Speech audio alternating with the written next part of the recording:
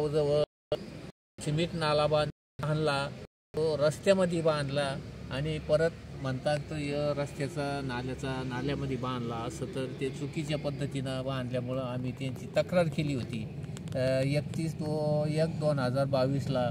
पण तक्रारीनं सुद्धा त्यांनी काही मान दिला नाही. नंतर आम्ही माहितीचा अधिकार लावला, तरी त्या माहितीच्या अधिकाराला केराची टोपली दाखवली.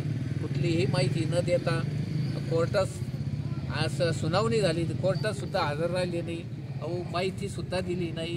आणि आजपर्यंत कोर्टानं आदेश दिले, आज 1.5 महिना झाला, तसे अजूनसुद्धा त्यांनी माहिती अधिकार दिला नाही. तात्काळ काही या अधिकाऱ्यावर 2005 माहितीच्या अधिकाराचा कायद्याचा भंग झाला. सगळ्यात पहिले तुम्ही माहिती अधिकार अर्ज कुठं दाखल केला होता? पहिला अर्ज उपविभागीय जलसंधारण लपा पंचायत समितीला ऑफिस आहे, त्यांच्याकडे मी माहितीचा अधिकार दिला. कुठं आहे पंचायत समिती?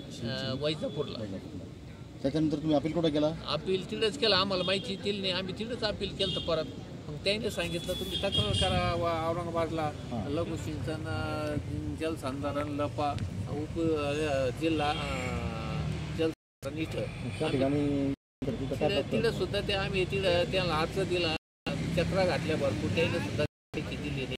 परत 22 तारीख मी ठेवलं होतं 25 जानेवारीला. कुठं ठेवलं? औरंगाबादला विभागीय आयुक्त साहेब. आणि तिथं सुद्धा त्यांनी मला सुनावणीला बोलून कुठलीही माहिती न देता मला परत चाटा मारायचं काम केलं व दिशाभूल केली. कुठलीही त्यांनी माहिती दिली नाही. तिथे उपोषण ठेवलेलं आहे, तर माहितीच्या अधिकाराची माहिती मिळाल्यास मी परत उपोषण करणार आहे. आता त्यांनी कबूल केलं, ग्रामपंचायतचा ठराव आणून आम्ही सिमेंट नाला बुजवतो असे आश्वासन दिले. त्याच्यामुळं मी आज उपोषण स्थगित करीत आहे.